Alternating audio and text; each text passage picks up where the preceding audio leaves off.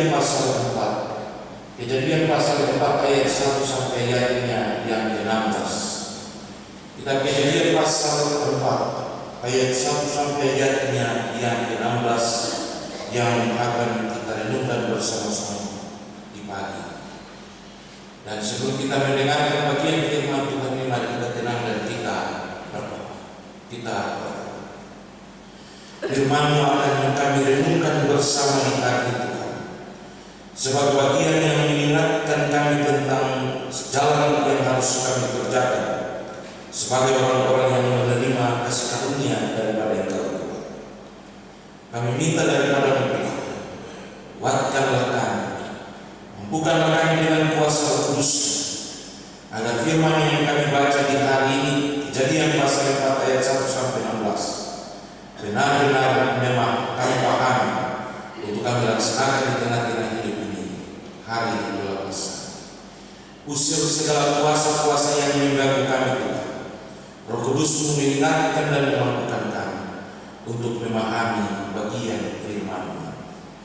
Bersabdalah kepada kami Tuhan, karena kami siap mendengarkan sabda. Amin.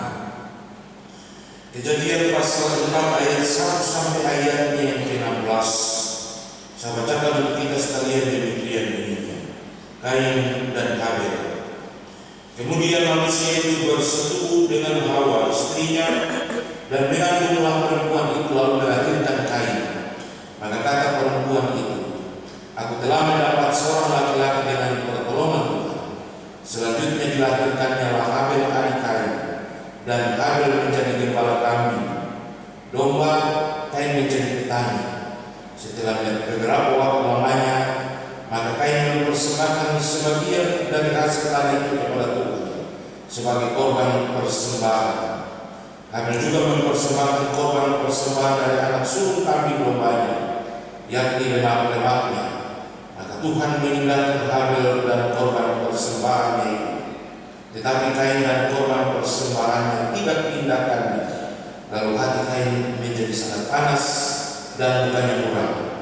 Firman Tuhan kepada Kain, mengapa hatimu panas dan bukanmu murah? Apakah kamu tidak akan berseri jika engkau berbuat baik?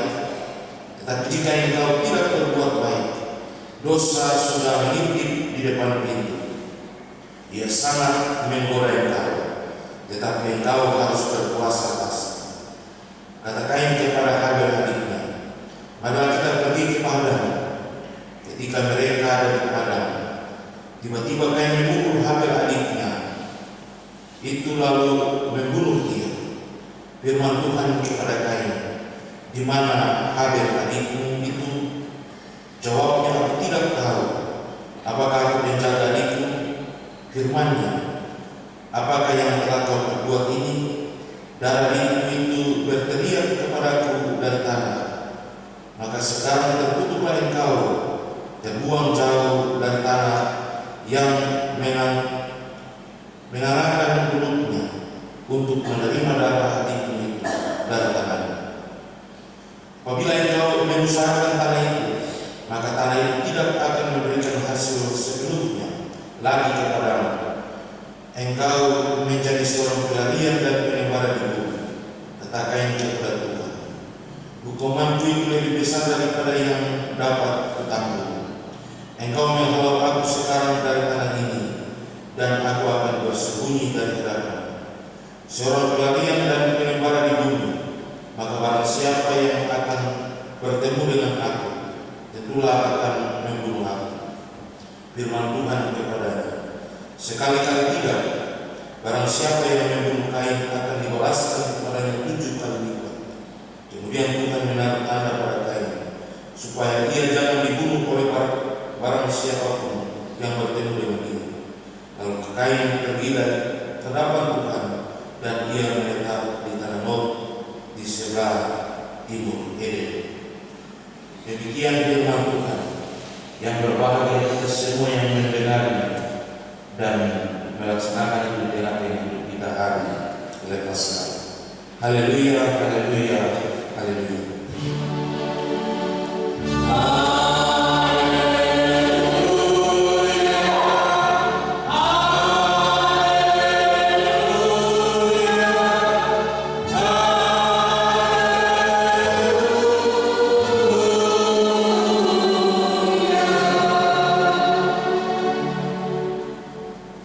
Jemaat yang diberkati Tuhan, Shalom. Kita semua diberi kekuatan, kita masih diberi kesehatan, kita masih dimungkinkan oleh Allah untuk berjumpa di hari ini. Kita ada di minggu pertama di bulan Januari tahun 2024 dalam sebuah cita-cita yang harus kita kerjakan sebagai tahun yang dianugerahkan Tuhan bagi kita dalam perjalanan hidup ini. Bacaan kita hari ini mengingatkan kita untuk memahami kasih setia Tuhan dan cinta Allah yang besar bagi kita. Tetapi Tuhan juga menyuruh kita untuk melakukan apa yang harus kita kerjakan di tengah hidup ini. Oleh sebab itu tema pelayanan mingguan di hari ini mengajarkan kita dengan catatan tema pemberdayaan manusia sebagai pekerja. Kita belajar berasal dari kata Yunani yaitu Genesis yang berarti awal. Tetapi ini adalah kitab yang mengisahkan pertama sekali dengan bagaimana Tuhan menjadikan bumi dan segala isi, dan manusia diberi tanggung jawab oleh Allah untuk menjaga, melestarikan, dan menjadikan semua alam ciptaan itu sebagai bagian yang harus disyukuri.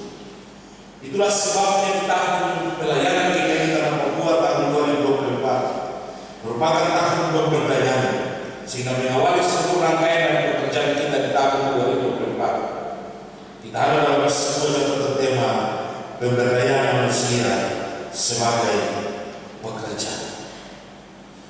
Dari bagian firman Tuhan ini ada beberapa hal yang harus kita pahami sebagai bagian yang mengajak kita untuk memahami tentang karya dan tindakan Allah bagi setiap orang.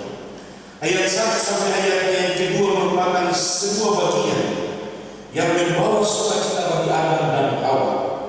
Karena ketika mereka dihukum oleh Tuhan dan diusir oleh Allah meninggalkan Taman Eden atas dasar kesalahan mereka dengan jatuh ke dalam dosa ini, maka Adam dan Hawa tinggal dalam sebuah kehidupan yang ada dalam situasi yang lain.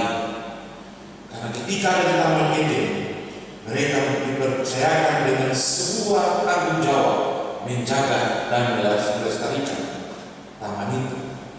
Artinya bahwa semua hal diberikan Tuhan dan hanya menikmati. Karena kesalahan itu mereka diusir dan harus berusaha. Kalau kita baca tentang pengusiran Adam dan Hawa, dikatakan Adam karena Hawa karena kau bersalah, kau akan melahirkan dengan susah payah, hidup dan mati akan menjadi bagian dan hidupku di saat itu. Ulang karena kau salah, hukuman itu merayap, makan tanah, dan lain sebagainya. Adam punya tugas dengan keringat yang kau akan mengolah bumi ini, baru bisa kau makan dengan kau punya istri. Tapi akhir dari hukuman terhadap Adam, Tuhan juga bilang, maka terkutuklah bumi ini. Berarti Adam harus bekerja waktu itu.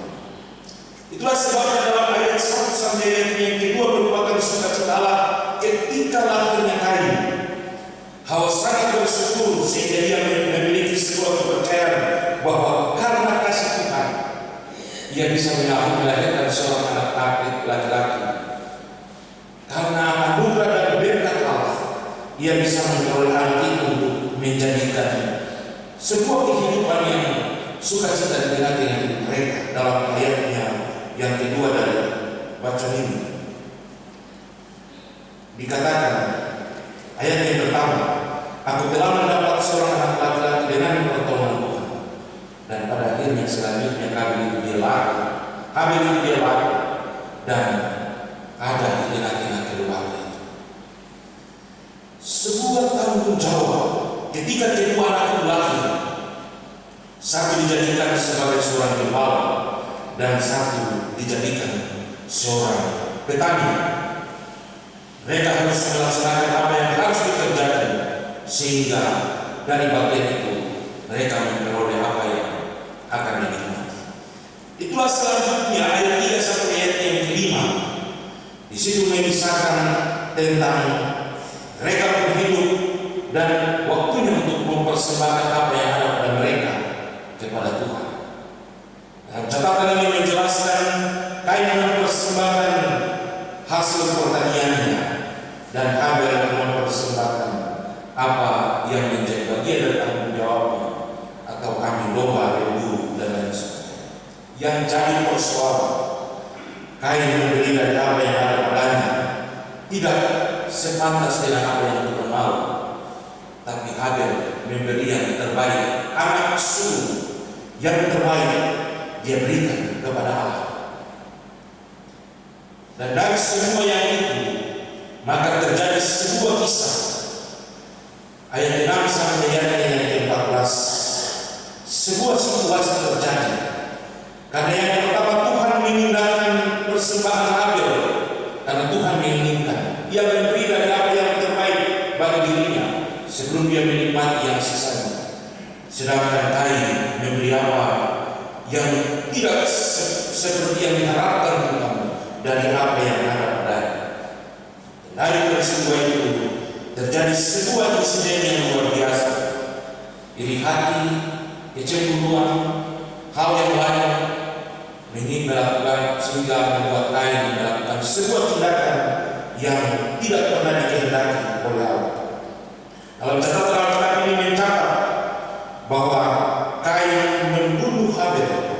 Ditanya oleh Tuhan, apakah penjaga itu mau lari dari kenyataan? Padahal Tuhan Maha tahu, Tuhan tahu apa segala hal yang ada. Dan akibat dari tindakan itu, hukuman pun terjadi. Dalam catatan Alkitab ini mencatat, Kain diusir keluar dari negeri yang telah ditentukan Tuhan.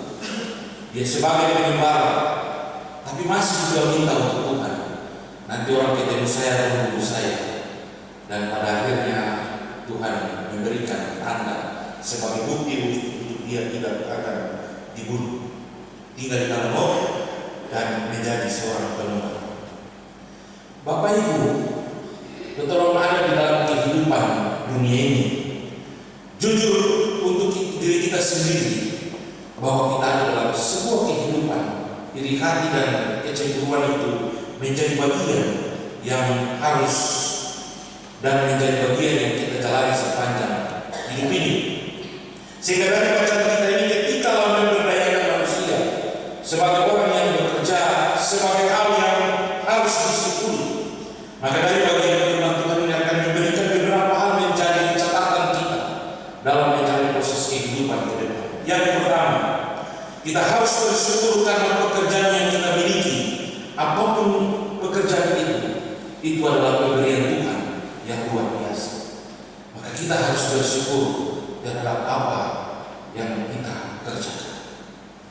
Kadang-kadang kita mau yang lebih besar, yang lebih hebat, yang diakui, tapi kita tidak mau yang kecil-kecil dan sederhana saja. Seekor tikus tinggal dalam rumah, dia dikejar oleh kucing, lalu dia berdoa untuk Tuhan. Tuhan, coba kau bikin saya jadi kucing kah, supaya saya bisa jadi tikus. Akhirnya Tuhan bilang, Pak, jadilah kucing. Sampai tinggal jadi kucing, dia kejar-kejar tikus, ternyata anjing datang kejar dia. Lalu dia berdoa lagi, Tuhan, kau bikin saya jadi anjing kah, supaya saya juga bisa kejar kucing. Tuhan bikin jadi anjing. Ketika dia jadi anjing, sampai tuannya bawa sampai di hutan, dia kejar binatang. Ternyata harimau kejar dia dan hendak makan dia. Lalu dia bilang, Tuhan, kau jadikan saya harimau supaya saya bisa kejar anjing, jadi raja hutan. Tuhan bikin jadi harimau. Dia jadi harimau, ternyata seorang pemburu datang dan tembak itu si harimau. Lalu dia bilang, Tuhan, kau jadikan saja manusia supaya saya bisa berkuasa. Dan itulah kehidupan kita. Kita tidak pernah bersyukur terhadap apa yang Tuhan telah berikan untuk kita. Tapi karena iri hati dan kecemburuan menjadi bagian hidup kita, maka kita pun mulai ini yang begini, sampai akhir dari semua yang kita inginkan. Kalau tidak capek, kita pakai tindakan-tindakan yang lain untuk mendapatkan apa yang kita inginkan. Dan bagian firman Tuhan ini mengajak kita bahwa kita harus bersyukur. Apapun pekerjaan yang diberikan Tuhan kepada kita, Tuhan turut campur tangan dalam mengambil bagian yang telah disediakan olehnya kepada kita. Sekecil apapun dan sebesar apapun, semua yang Tuhan kasih, hasil dari semua yang kita kerjakan disyukuri, maka Tuhan akan membuat kita sebuah sukacita, sebuah kebahagiaan dari apa yang kita nikmati. Sebab Tuhan sendiri sudah begini, saya cuma kasih ingat orang yang mengumpulkan banyak tidak berkelebihan, dan orang yang mengumpulkan sedikit tidak berkekurangan. Tuhan sediakan menurut kehendaknya sesuai kebutuhan yang ada pada kita. Bahkan Paulus juga bilang kepada semua orang untuk mensyukuri apa yang kita peroleh. Hendaklah kelebihanmu mencukupkan kekurangan mereka, supaya ada keseimbangan dalam kehidupan. Yang ada pada kita adalah merasa bahwa kehidupan hari esok itu bagaimana. Maka kita harus kumpul sebanyak-banyaknya, seperti kisah orang-orang Israel di sapi padang gurun ketika Tuhan menurunkan mana. Sudah dibilang cuma kumpul satu hari satu gomer, tapi karena pikir hari esok simpan, besok busuk. Itu yang ada pada kita. Kita tidak pernah bersyukur bahwa Tuhan sanggup memberi apa yang menjadi kebutuhan kita ketika kita berpengharapan kepada-Nya. Saya pernah cerita satu kisah waktu tugas di Maibrat. Ada seorang perempuan datang, "Pendeta, tolong doakan saya punya pemberian ini." "Pemberian apa ini, Bu?" "Hasil hulu."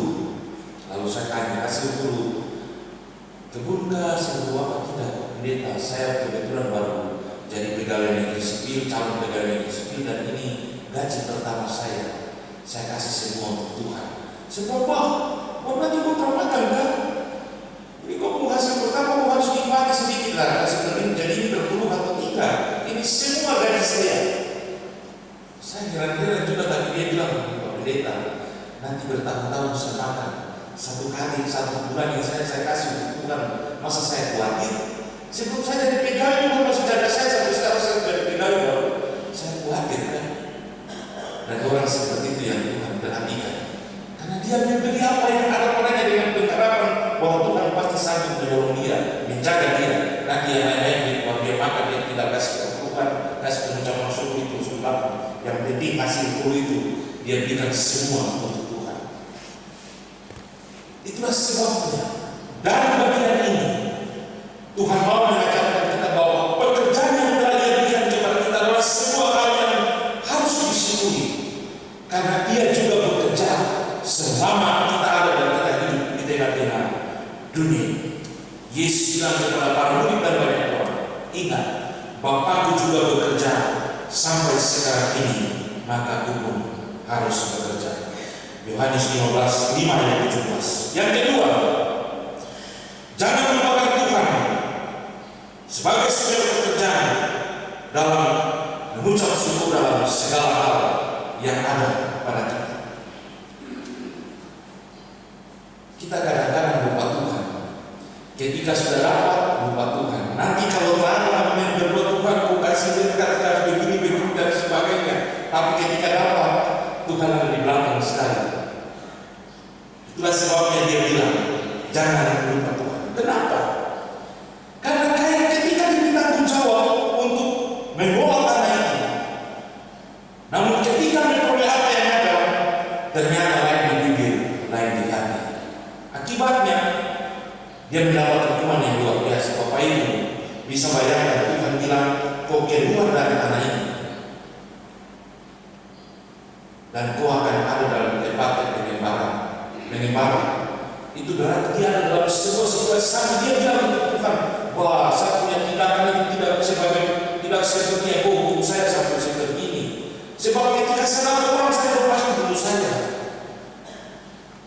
Lalu Tuhan bilang, "Nanti saya bikin."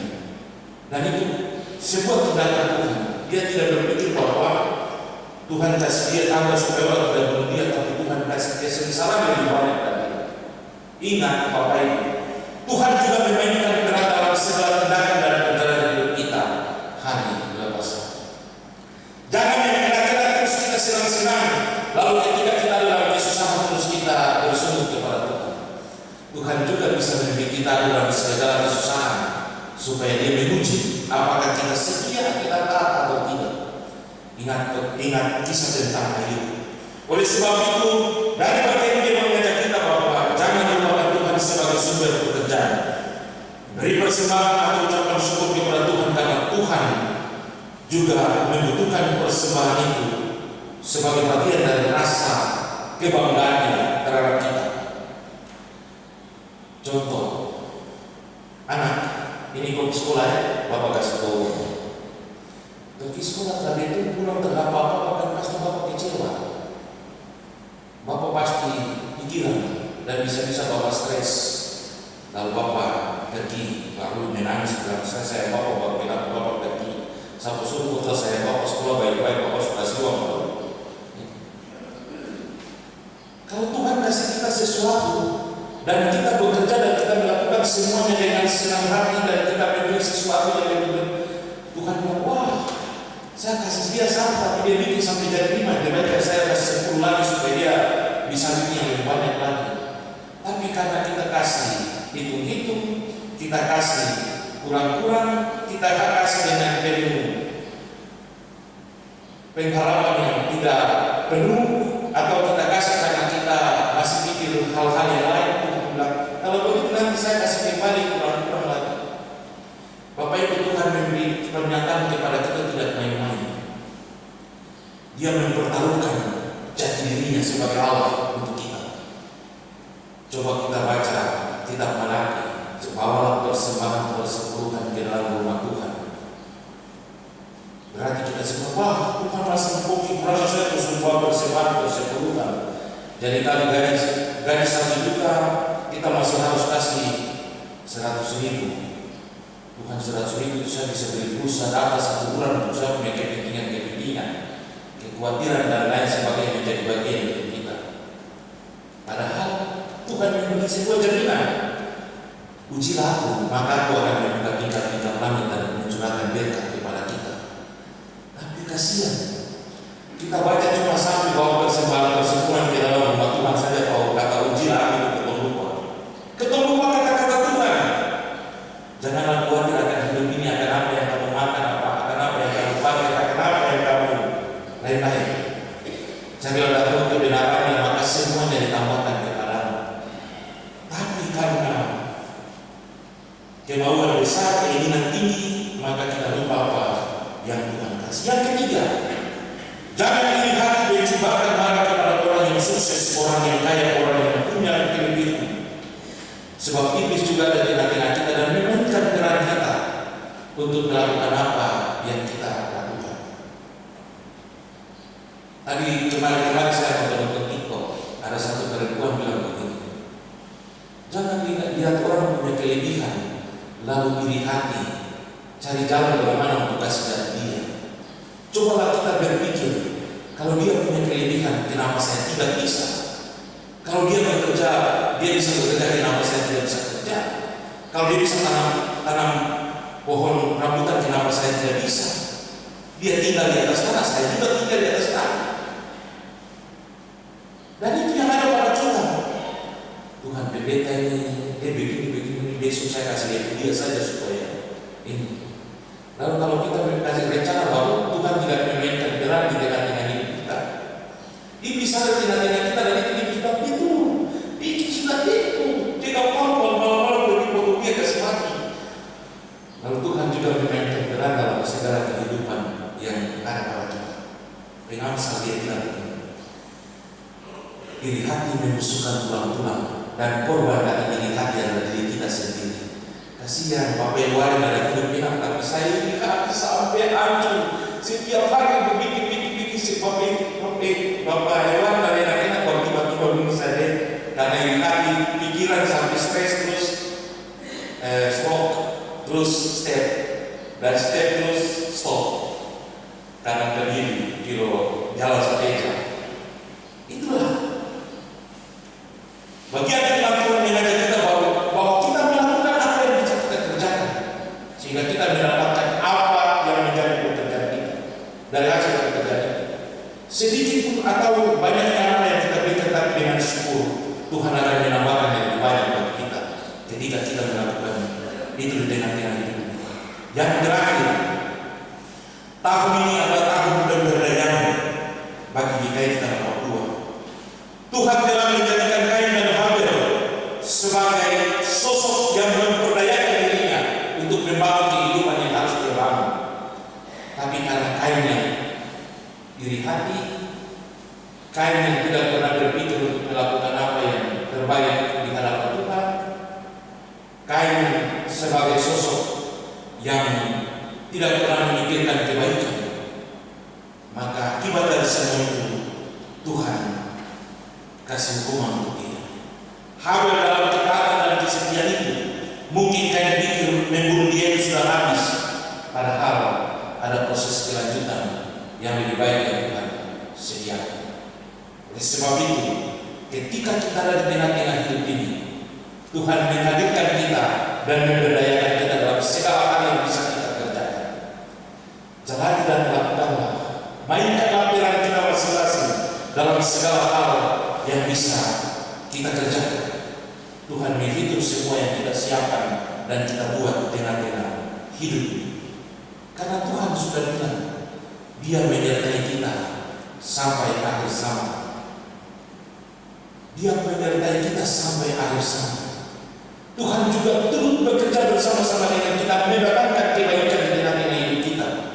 Tinggal bagaimana kita menyerahkan semuanya kepada Tuhan.